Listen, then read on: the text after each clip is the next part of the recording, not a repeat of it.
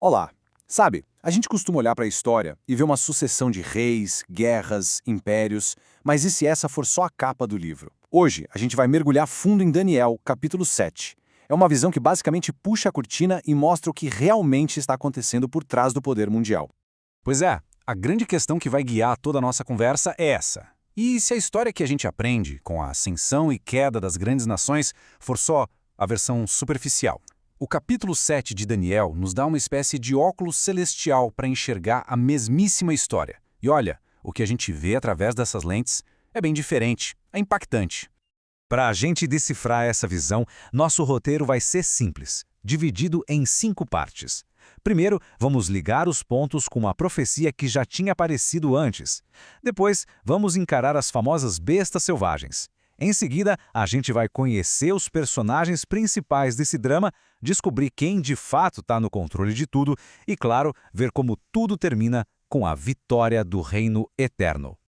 Então vamos começar pelo mais importante. Daniel 7 não surge do nada. Na verdade, é como se fosse a versão do diretor de uma profecia que já tinha sido mostrada lá no capítulo 2. A história é a mesma, mas a câmera muda de ângulo, sabe? A perspectiva agora é outra. E os detalhes que ela revela são bem mais crus. E faz todo sentido, porque o próprio livro de Daniel tem essa divisão. A primeira metade, capítulos de 1 a 6, é mais histórica, contando o que aconteceu, mas a partir do capítulo 7 a gente entra de cabeça num território diferente, puramente profético. É como se fosse a estreia do que muita gente chama de o Apocalipse do Antigo Testamento. São visões diretas dadas ao próprio Daniel. E aqui nesse slide a gente vê o pulo do gato. A comparação é direta e reveladora. Lá no capítulo 2, a perspectiva é humana. Os impérios são uma estátua gigantesca, imponente, feita de metais preciosos. Representa a glória, o poder, o esplendor do homem. Já no capítulo 7, a perspectiva é divina. E os mesmíssimos impérios são vistos como 4 bestas selvagens, violentas e impiedosas. É um choque, né? Mostra de forma brilhante a verdadeira natureza dos reinos deste mundo quando vistos lá do céu.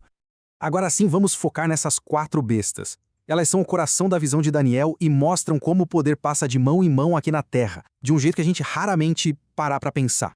A visão já começa com tudo. De um mar agitado, que na linguagem profética geralmente representa as nações em caos, surge a primeira besta. É um leão com asas de águia, uma imagem forte que representa o Império Babilônico. O leão pela sua força de rei da selva e as asas pela velocidade impressionante das suas conquistas.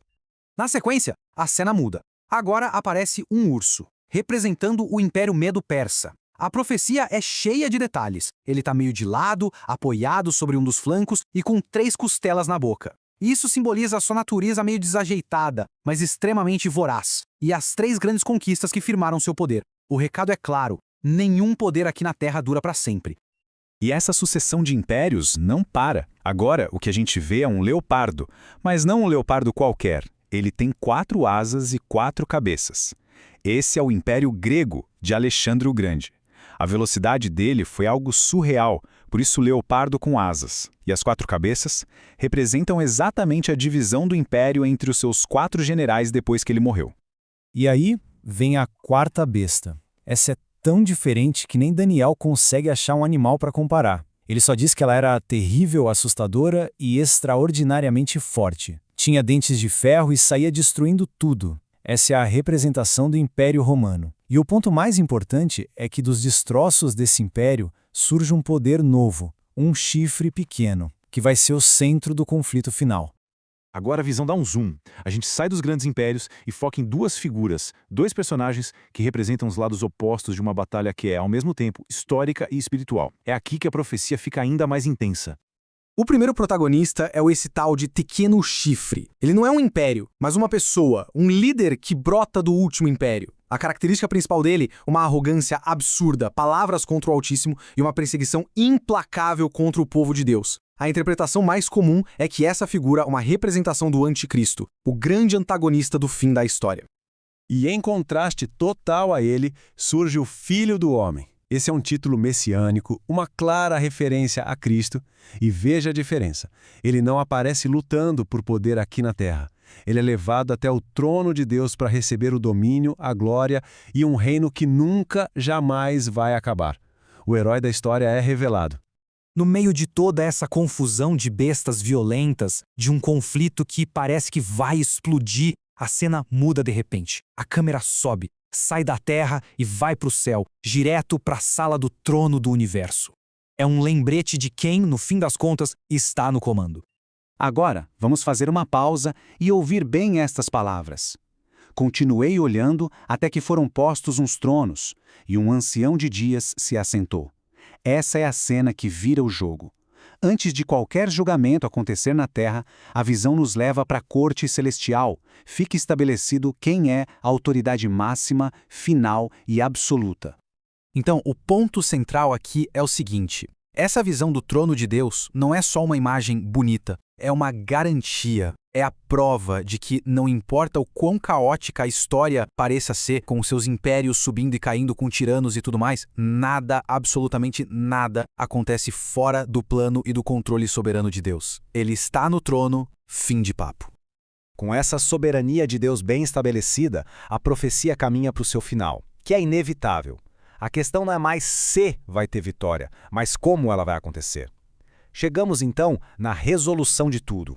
E aqui, a gente vê o destino de todo e qualquer poder humano. Não importa se é a estátua gloriosa ou a besta mais terrível, todos eles têm prazo de validade. A história, vista por essa ótica divina, é quase um cemitério de impérios que um dia se acharam eternos. Eles nascem, dominam por um tempo e, inevitavelmente, viram pó.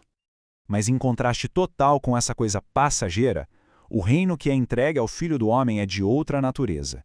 Ele não nasce da violência da terra, ele é um presente do céu.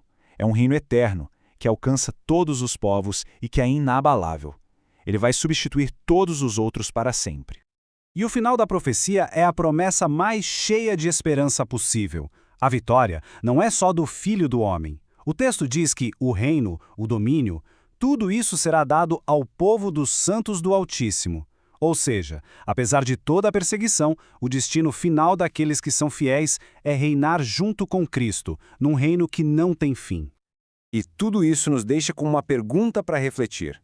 Se a gente passa a entender a história não como um ciclo de poder aleatório, mas como uma trama com um roteiro divino que caminha para um final específico, como é que isso muda a nossa forma de ler as notícias de hoje, de interpretar o presente e de olhar para o futuro? Fica aí a reflexão.